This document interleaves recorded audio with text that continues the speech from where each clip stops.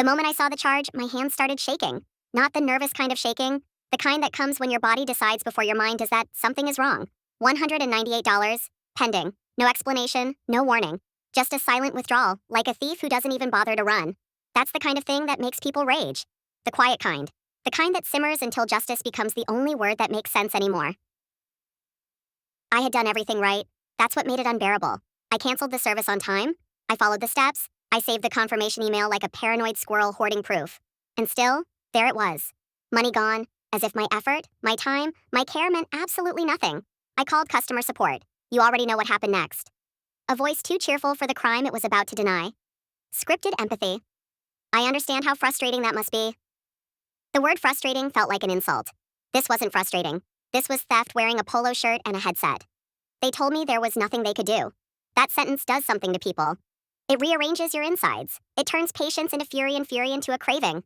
Not for revenge, but for resolution. For acknowledgement. For someone to say, "You're right, this should not have happened." Instead, they offered me a coupon. That's when the rage sharpened into focus. I didn't start loud, I started precise. I pulled up timestamps, screenshots, policy language, their language, highlighted and bookmarked. I read the fine print they assumed no one ever would. I found the clause. Buried. Awkwardly worded, but real. I called again. This time, I didn't argue. I narrated. I calmly explained the timeline as if I were reading a verdict aloud. I quoted their policy word for word. I gave them the confirmation number. I let the silence sit after I finished speaking.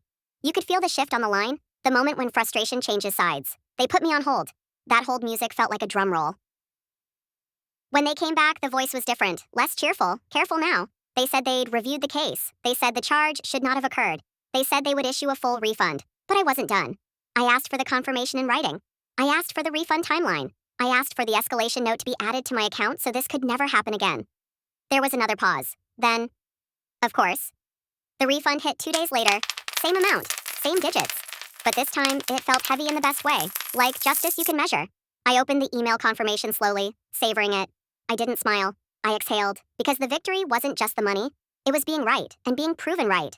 It was refusing to be dismissed. It was turning rage into clarity, and clarity into consequence. That's the kind of resolution people crave. Not chaos, not shouting, just the clean, delicious click of something broken being set back into place.